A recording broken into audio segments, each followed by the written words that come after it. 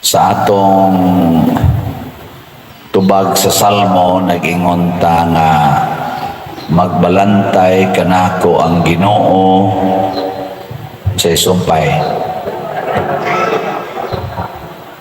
Wala na'y magmakulang pa kanako. The Lord is my shepherd, there is nothing I shall want. Mutuo mo ani, dili. Lingi ay mong tupad, inawa na'y kuwang, nawa na'y kuwang imong kinabuhi. Napay kuwang o na. Kung tinuod ni siya, sa ato pa, kung mubati ta nga naapay kuwang ang atong kinabuhi, dili pa ang Ginoo mao'y nagbantay nato. Kinsa may nagbantay nato, ang kaaway sa Ginoo, ang yawa. Kung ang yawa gani mo'y magbantay nato, pirmig yung kuwang. Ngano man, kay kana manggong yawa, basta mo na'y magbantay nato, tudluan sa taniya sa iyang yawanon nga pamaagi. Padalagod anang nahibong ang usa ka inahan nganong ang iyang anak kamao namang mamalikas na 3 years old pa man. Mao di ay kay ang yaya kusog di kay mamalikas. Ang gabantay ba nga yaya kusog mamalikas. 3 years old pa lang kamao na mo yaw-yaw balikas. Pero kung ang Ginoo mo'y magbantay na to, tudluan sa taniya sa Diyos nun nga mga batasan. Muna din sa atong Ebanghelyo, matud pa dire, gitudluan sila ni Jesus og daghang mga butang. Pero kani mga butang mga Diyos nung butang.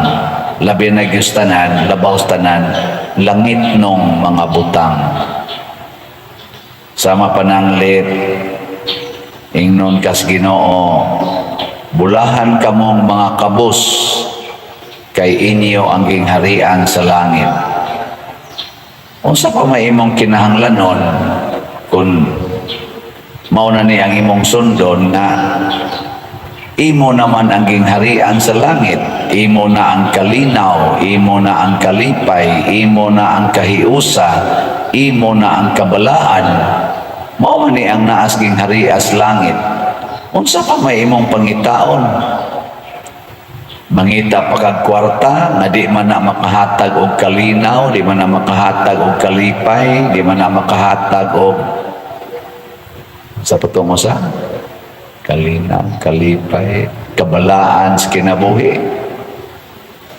Ang kwarta, di mangita pa jud kag gahom dinis kalibutan na ikaw gyud maoy ilhon nga labaw gyud ka, ikaw gyud pinakahawd. Na di man gid na makahatag og kalinaw, kalipay o kabalaan sa kinabuhi. Ano siya? May kamo karon, kinsa ninyo dinhi ang moingon, Father, ako 100% malinawon gyud ko. Taas sa kamot.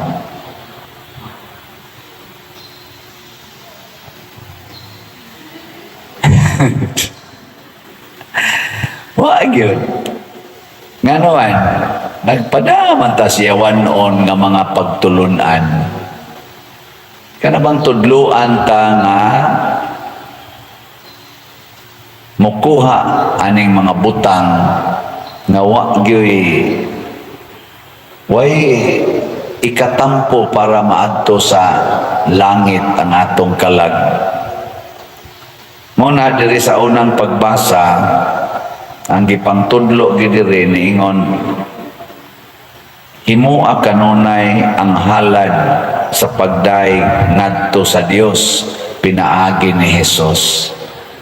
ang paghalad nato sa pagdaig sa Ginoo di gid na mo epekto basta dili pinaagi ni Hesus. Pasabot daigo nato kanunay ang iyang ngalan,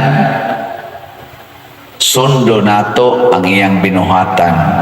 Ug unsa may binuhatan sa Ginoo na ayaw kalimot pagbuhat sa maayo ug pagtinabangay kamo, kay mao kini ang mga halad nga makapahimuot sa Dios.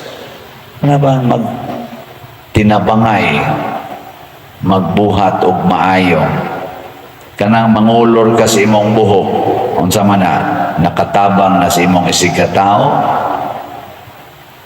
Nakatabang? Oo, kaya ang kuan di ay, ang kato di ay nagkulor ana, nakakwarta man to, di nakatabang na siya. Nya maayo na buhata, maayo. Kanang imong kuluran imong buhok, maayo na. Ambot lang. Unsa may timailhan sa maayo, kung maayo gani ang buhat, naghatag siya nimo og kalinaw og kabalaan. Nya kung magpakulor na ka sa imong buhok, malinaw na ka, o magsige na lang kag monitor sa punuan sa imong buhok diha sa amin. Kasi dili na ka malinawon, kaya nagsige na lang kag monitor sa punuan. O niya, nakapabalaan na nimo, nagiusab naman nimo ang natural nga gihatag sa Ginoo nimo. Maura man ang buhoka unta, do na naman ay color nga natural imo manggiusab. Ang makapabalaan nato kana mang pagsunod sa kabubuton sa Ginoo. Kaya naago na sa atong pagampo, matuman ang imong pagbuot. Ang sa na isumpay na, o dinhi sa yuta, maingon sa langit. Kunya ang imong buhok karon giuban naman na, puti naman na imong buhok. Mao man na dinhi pagbuot sa Ginoo dinhi sa yuta. Tumanon dili. Maingon ka, diha na lang niya sa langit nyor, kuwangan o usa. Matuman man ang iyang pagbuot dinhi sa yuta, hasta sa dito sa langit. Mga siya ay mga pagpamalandong ba nga Diyos nun. Dili kay basta-basta lang. Ang kapader nga no mang makaingon manggita nga magbalantay kanako ang Ginoo, wala na'y magmakulang pa kanako. Na'y gitudlo ang Ginoo nga importante kaayo o iya sa ning gibuhat. Unsa man na, unsay inyong buhaton sa labing ubos, mao nay inyong gibuhat ngari kanako. Kung daygo nato si Hesus, sundo nato ang iyang sugo o ang iyang gibuhat nga atimanon gyud una ang labing ubos. Kung ang katilingban maghuna-huna, labi na ang mga leaders maghuna-huna nga ang una gyung tabangan o atimanon ang kadto gyung labing ubos, kanang mga gigutom, masakiton, mga kanang mga nanginhanglan kaayo ba, matod pa mga hubo, mga binilanggo, mga sinalikway. Kung kana mo'y atimanon, unsa may mahitabo sa katilingban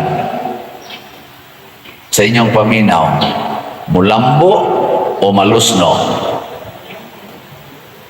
Mulambo kay kaning labing ubos, musaka siya dire. So imbes nga makakaon lang siya kausas-usa ka adlaw, giatiman man di katulo na sa usa ka adlaw. Na wa nay one day no eat. Nya wa siya balay, himuan imong balay, di makapahuway na siya tarong inig panahon nga naiuwan, magabi di na sila ukay dito sa sulod kay musod ang uwan. Ana ba? Di malinaon. Malinaon. Pero kay wa man atiman na, ani ay namaligyag drugas, ni ay mga terorista, ni ay mga smuggler, ni ay mga snatcher, ni ay mga akyat bahay, ni ay mga sugarol, siging sugal, ni asa ning prostitusyon. Kaya nga naman, wa man atiman na di sariling sikap, kapit patalim. Nana, niya magsige din tagbumbol. Ay, kagubot sa kalibutan, kagubot. Ang sad kita sang medyo arang-arangan kunuhay, di man mo atiman sa labing ubos. Sige, ligay mong tupad. Ingna, kanang slat ba, mutuo ka nga makapatagbaw na nato. Ingna, kanang makapalit kag slat, mutuo ka makatagbaw na. Ligay ba? Sige, magitag baligyang slat din makatagbaw na o dili? Uy. Pila na niya atong slat. Mo ni siya ang makatagbaw. Nganong makatagbaw ba ni? Tungod kay kining tanang slat nga atong baligya, makahatag ni og katagbawan sa simbahan. Nya kay ang simbahan mauman ang katilingban sa Dios. Mububo sad ang Ginoo og grasya ngadto sa naningkamot pagtubag sa panginahanglan sa simbahan. Munay ningon si Kristo, kinsa tong manggihatagon bulahan kay kamosad paghahatagan sa Dios. Sobra pa sa inyong gikinahanglan. Tinaw kay na nga pagkasulti ni Kristo. O kana pa sang iyang giingon, bulahan kamong mga maluluyon kay kaluy-an kamo sa Dios. Ang atong simbahan ron naghangyo sa inyong kaluoy o panabang. Ang atong SBF dag 50,571 kaslats ang atong halin, naapay 9,429 kaslats na available 500 pesos per slot. Anya naasad ni 16 slot challenge na tag 8,408 na ka 16 slot challenge ang atong nadawat. Para asa man nga panginahanglan, itiwas na tugbayad sa atong mga contractors.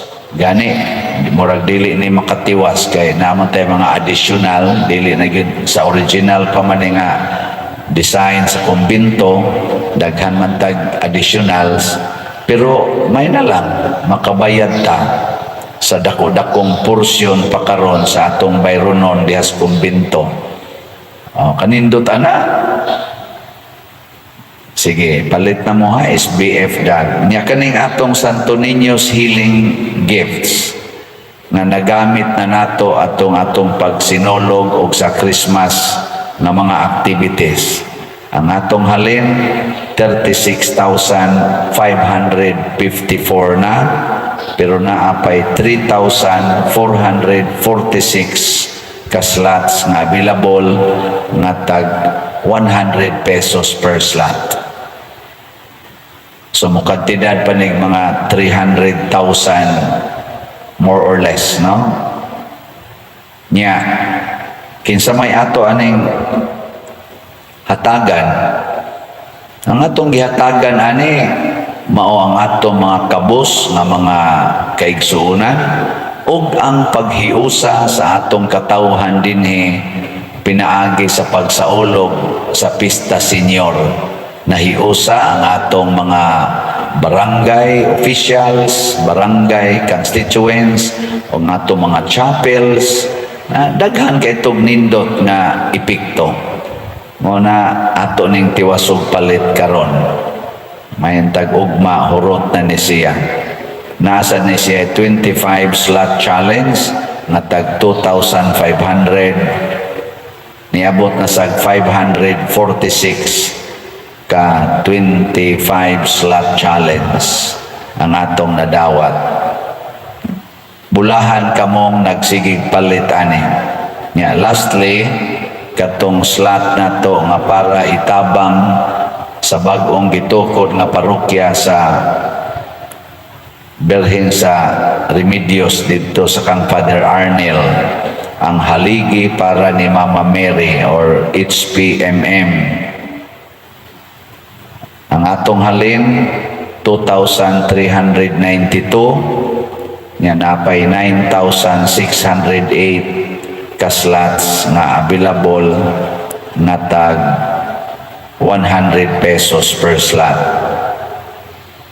Ang parokya nga tukuran ani galisod kayo gyud, gamay ilang chapel or ilang kapilya nga mo'y gihimong simbahan, nya kabus ang kadaghanan sa katawhan pero naay daghang tao. Murag kuan matingali ni ka barangay, murag niabot matingali 8 ka barangay ang nasakop ani. Mga bukid pa, bukid kayo. Nya mo na mutabang ta. Mga igsoon, ang katagbawan di ay dili diha sa daghang kwarta nga atong madawat. Dili diha sa dagkong gahong nga atong mahuktan. Kay kaning dagkong kwarta o dagkong gahong mo resulta ranis kagubot ug mao na nahitabo ron sa atong nasod, labi na sa atong political side. Torting gubutan nila karon tungod anang ilog anang dagkong gahom o dagkong kwarta.